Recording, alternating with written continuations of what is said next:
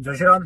तर नाशिकमध्ये तर काय चालू आहे तुम्हाला तर माहितच आहे. आता त्याच्या जो विषयावरती एक विषय आतापर्यंत सांगितलं जायचं, हवामान नाशिकची खूप शुद्ध आहे.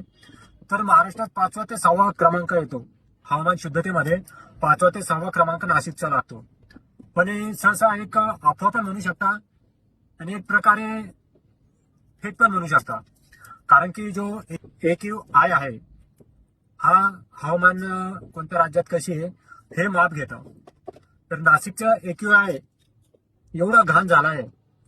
साधारण नाशिकचा AQI अनेक दिवस अनहेल्दी मध्ये आहे. आणि आता आज पण तुम्ही चेक केला ना, हा आजचा रिपोर्ट आहे, याच्यात पण AQI तुम्हाला अनहेल्दी मध्ये आलेला दिसेल. सर्वात जास्त धोका लहान मुलांना आणि ज्येष्ठ नागरिक जे आहेत वयस हा त्रास खूप होणार आहे.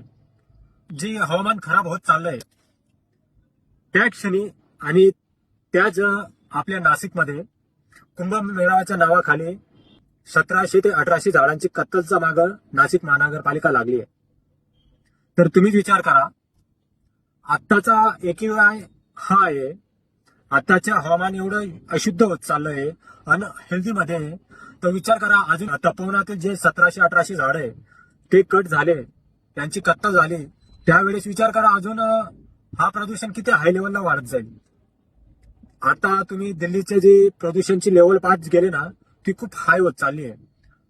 अजून एक व्हिडिओ बघितला मी तिथल्या दिल्लीचाच आहे.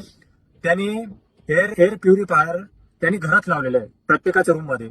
तर त्याच्या रूम मधलं जे एअर प्युरिफायरची जी घाण जमा झाली आहे तो व्हिडिओ तुम्हाला दाखवल कसा आहे आणि किती घाण पूर्ण बंद कमऱ्यामध्ये पण किती घाण जमा होऊन जाते.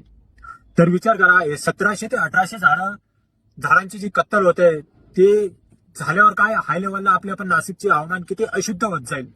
जी आतापर्यंत ओळख आहे नाशिकची निसर्गाची शुद्ध हवेची, ही लेवल खूप खराब होत चालली आहे. तर नाशिककरांना हेच सांगतोय, जेवढं होत असेल तेवढं तुम्ही जेवढं पण होईल नाशिकच्या या पर्यावरणाच्या संरक्षणामध्ये भाग घ्या आणि लढा तुम्ही.